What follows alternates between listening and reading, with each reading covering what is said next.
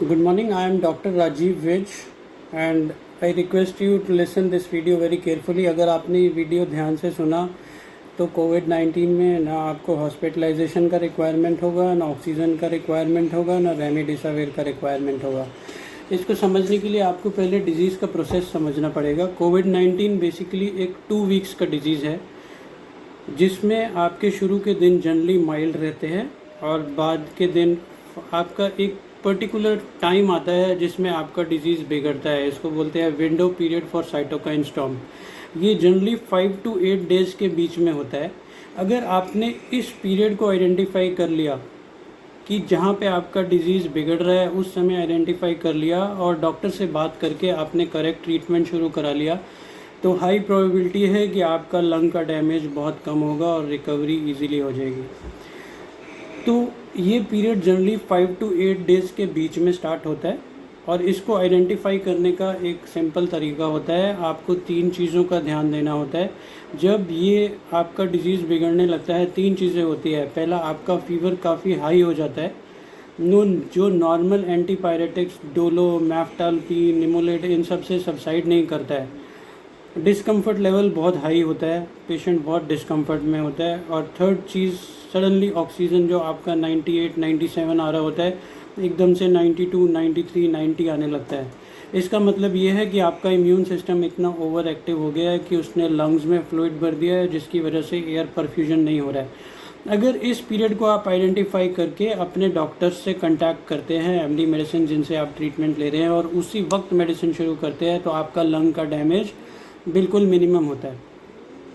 Second चीज़ ये है कि हमारे डॉक्टर्स एमडी मेडिसिन बहुत ओवरबर्डन्ड हैं। एक डॉक्टर 1000 पेशेंट्स को कवर कर रहा है जिसकी वजह से हाई प्रोबेबिलिटी है कि आपका फ़ोन उस वक्त पिक नहीं होगा जब आपको ज़रूरत होगी। तो बहुत ज़रूरी है बाकी फील्ड्स के डॉक्टर जो अभी बहुत खाली हैं, जैसे एमडी मेडिसिन हो गए, पैथोलॉजिस्ट, गायनेकोलॉजिस्ट, ऑर्थोपेडिशियन, जो अभी घर पे हैं प्राइमरीली, जो वर्क नहीं कर रहे हैं और उनके पास सफिशिएंट टाइम है। अगर हम सब लोग इस साइटोकाइन स्टॉर्म के बारे में कंप्लीट नॉलेज लेते हैं और अपने रिलेटिव्स और फैमिली मेम्बर्स और पेशेंट्स को गाइड करते हैं तो बहुत सारी मिस हैपनिंग्स बच सकती हैं।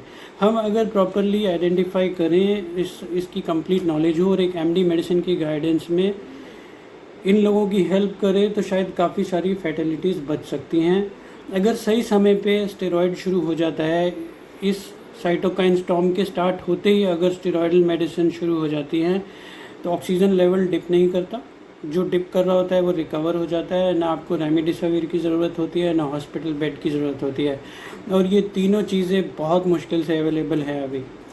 तो बहुत ज़रूरी है कि ये जो मेरा वीडियो है आप इसको सर्कुलेट करें।